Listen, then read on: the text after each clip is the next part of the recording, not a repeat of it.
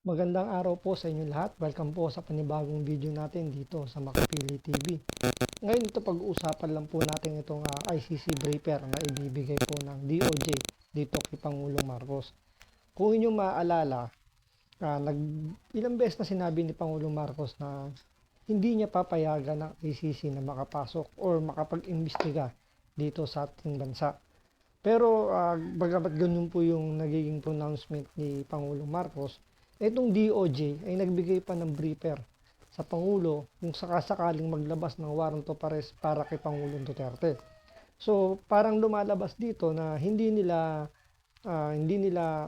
ino-honor o hindi nila binibigyan ng importansya yung sinabi ng Pangulo na kahit na sinabi niya na hindi nga nila papasukin ang ICC, itong DOJ ay naglabas pa ng briefer na parang Mr. President, pag lumabas yung warrant, ito yung pwede natin gawin.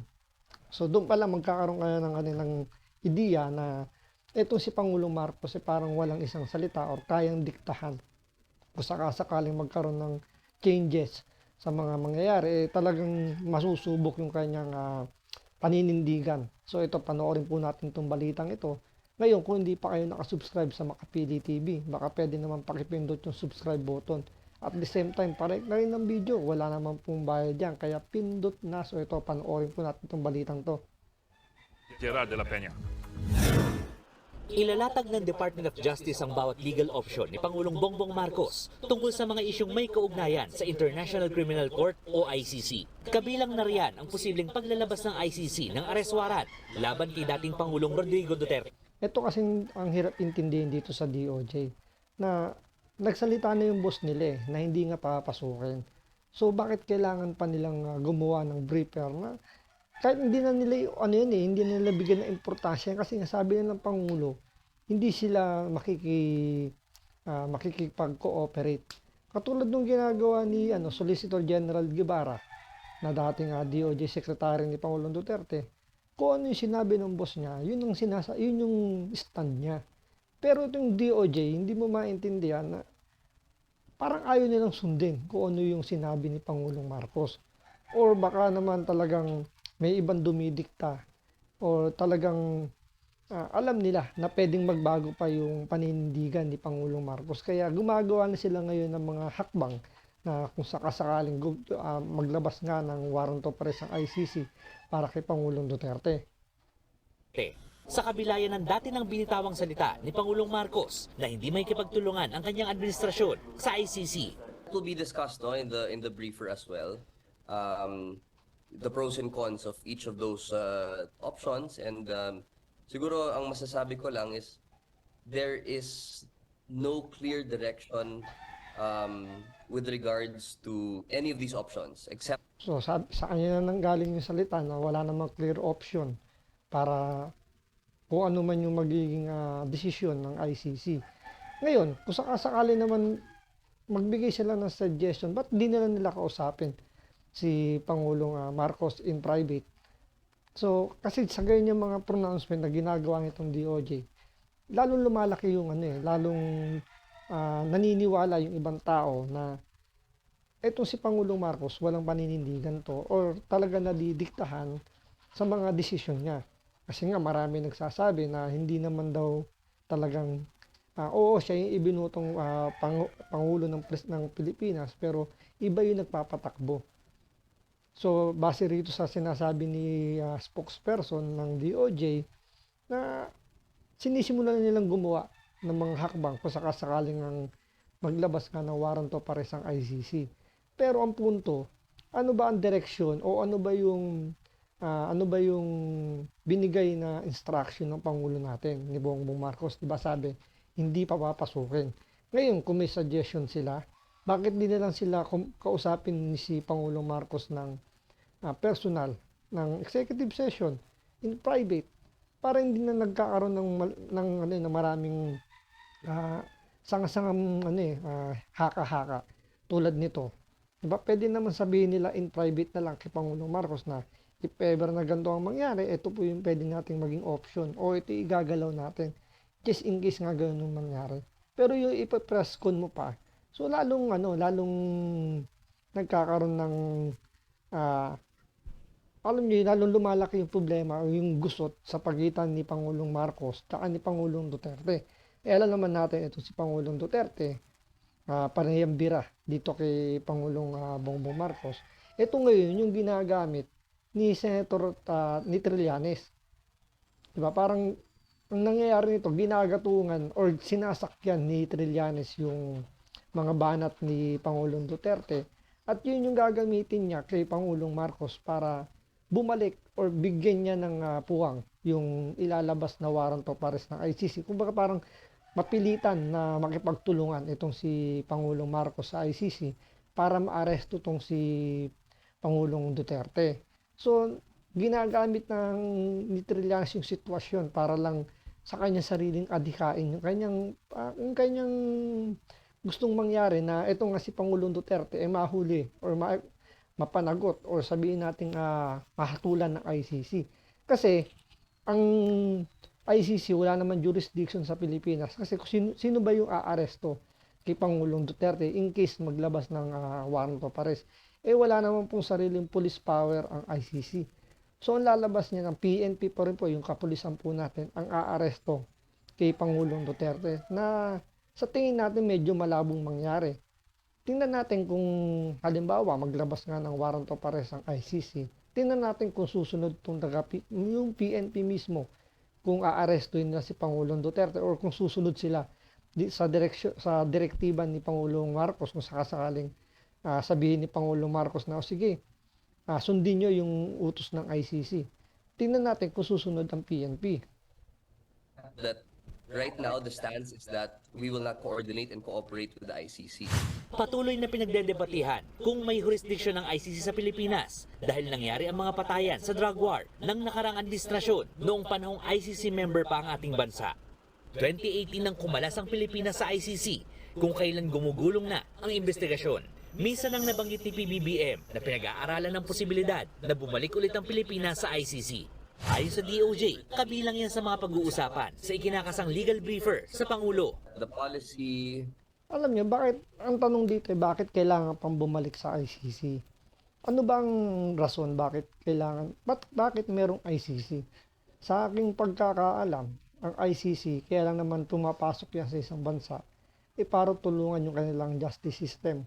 Kung sakasakaling yung justice system ng isang bansa hindi na gumagalaw, hindi na buhay, doon papasok yung ICC. Sila na yung sila na yung magkakaroon ng jurisdiction para litisin yung mga public official na umaabuso. Dito sa Pilipinas, gumagana naman ang ating justice system.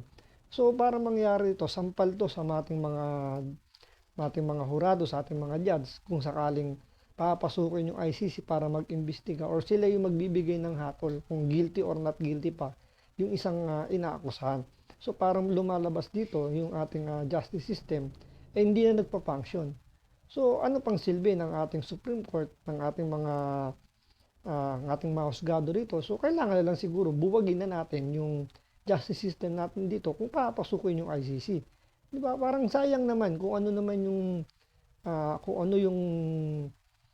trabaho ng mga hurado natin dito, ng mga judge natin, gumagana naman tulad na lang yung nangyari kay Bong Navarro, di ba? Nagkaroon ng saysay. So ibig sabihin gumagana yung ating justice system. So anong reason bakit kailangan pang bumalik sa ICC?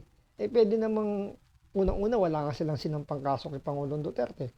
So paano nila uusigin si Pangulong Duterte? Diba? Yung ngayon inaantay ni Pangulong Duterte, sabi nga niya, handa naman siyang mura sa korte natin kung sakasakaling kakasuhan siya. Wala nga ikinaso. So, anong basis ngayon ng ICC na mag-imbestiga kung wala namang kaso si Pangulong Duterte? Frameworks may evolve, but we would like to emphasize that the stance has not changed. Ayon sa isiniwalat kahapon ni dating Senador Antonio Trillanes, ang inaabangang ICC arrest warrant laban kay dating Pangulong Duterte ang dahilan kaya mayroon umanong gustong mapatalsik sa pwesto si Pangulong Marcos. Nagre-recruit na rin umano ng mga aktibong senior police officers. Git naman ng DOJ sa mga Ayan, gaya nga sinabi ko sa inyo kanina, ginagamit yan ni Trillanes yung sitwasyon na to, yung bangayan ng dalawang ni Pangulong Duterte at ni Pangulong Marcos. Ngayon, pag pinalalabas niya ngayon, nagkakaroon daw ng destabilization plot at ang namumuno raw is Pangulong Duterte. So, never namang sinabi ni Pangulong Duterte at saka nandun si Vice President Inday Sara. So, hindi niya gugustuhin na mapatalsik itong si Bongbong Marcos kasi nga, hindi maganda tingnan. Dahil ang automatic na papalit kung sakasakali si VP Sara. So, ayaw ni Pangulong Duterte yung ganun. At never naman nagsalita rin si Inday Sara na against kay Pangulong Marcos. Kaya, napaka-imposibleng meron destabilization plan. Even nga si Senator Amy Marcos, sinabi na rin, na nagsalita na rin siya na wala naman destabilization plot siyang nakikita.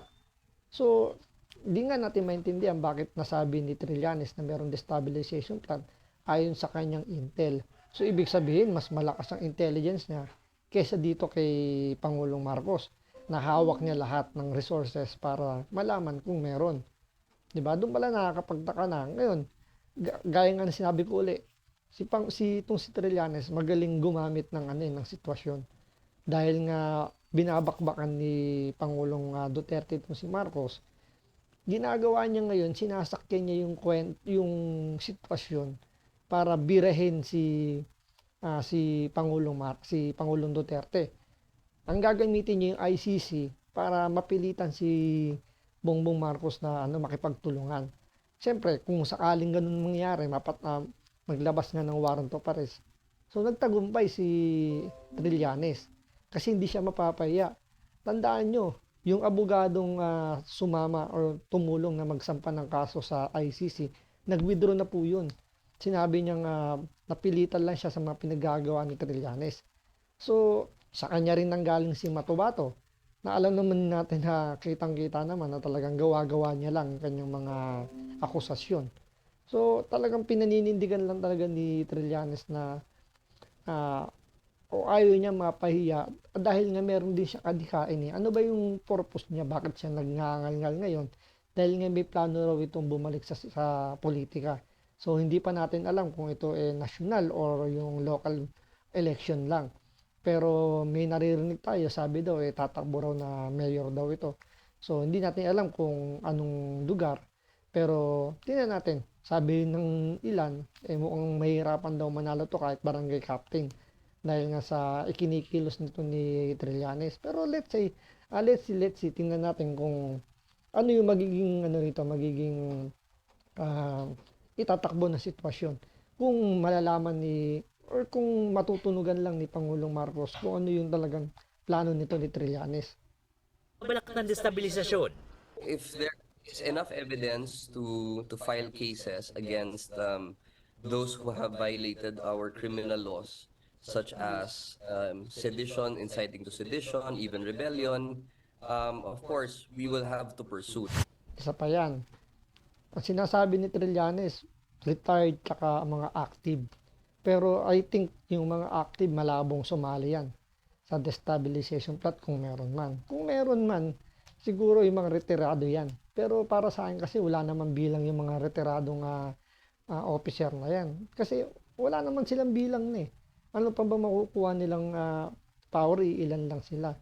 Unlike kung nasa active pa, medyo makakahikayat pa. Pero siyempre, kung ikaw nasa active, especially kung ikaw malapit ng magretiro, isusugal mo pa ba yung makukuha mong retirement dito sa destabilization plot na pag ikaw napatunayang sangkot sa destabilization, pwedeng mawala lahat ng yung pwedeng makuha, yung like yung retirement benefits mo, yung mga sweldo mo, lahat yan mawawala.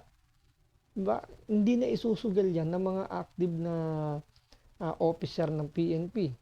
Siyempre, uunahin nila yung sarili muna nila kesa yung sa kung ano man nangyayari sa gobyerno natin. Dahil hindi naman sila political eh. Nandyan lang sila nagmamasid dahil lang pinoprotekta nila yung saligang batas natin. So, napakalabo nung mga sinasabi nito ni Trillanes. Kaya nga, sabi ko sa inyo, ginagamit lang ni Trillanes yung sitwasyon para lang mabanatan. Parehas parang two bird in one stone ang ginagamit dito ni Trillanes. Pinag-aaway niya yung dalawa at nang umangat siya at yun nga, makakuha ulit siya ng pwesto. Nagbabalita mula sa frontline, Gerard de la Peña. So yun, abangan natin kung ano yung mga magiging takbo ng politika dito sa atin.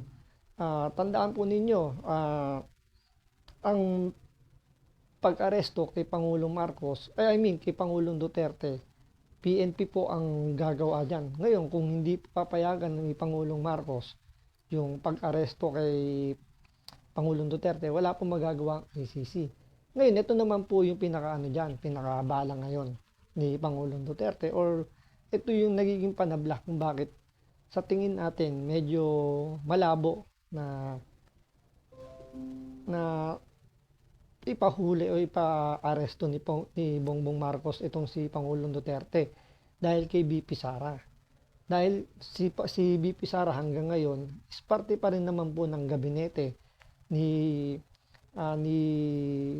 Pangulong Marcos. So kung sakaling ipa-aresto ni Bongbong Marcos yung tatay ni BP Sara, pwedeng matanggal si Bongbong Marcos. Siyempre hindi papayag si BP Sara na gano'n ang mangyari. Kaya medyo mag-iisip-isip to si Bongbong Marcos, kaya paninindigan niya yung kanya sinabi na hindi niya papasukin o hindi niya susundin yung ICC. Yun nga lang, siyempre, hindi mo maaalis pa rin sa mga DDS yung pangamba. Gawa ng ito si Pangulong Marcos parang walang paninindigan na parang pwede nilang panghawakan kahit na sinabi niya hindi siya makikipagtulungan sa ICC kasi nga may mga insidente na iba yung sinasabi niya sa nangyayari. Kaya hindi pa rin makampante itong mga DDS. So kaya nga aabangan po natin kung anong mangyayari. So sabi ni Trillanes, June or July ilalabas na raw yung warrant of arrest. So tingnan natin kung ipatutupad diyan dito ni Pangulong Bongbong Marcos. So maraming salamat po sa panonood. Ingat po kayo lagi.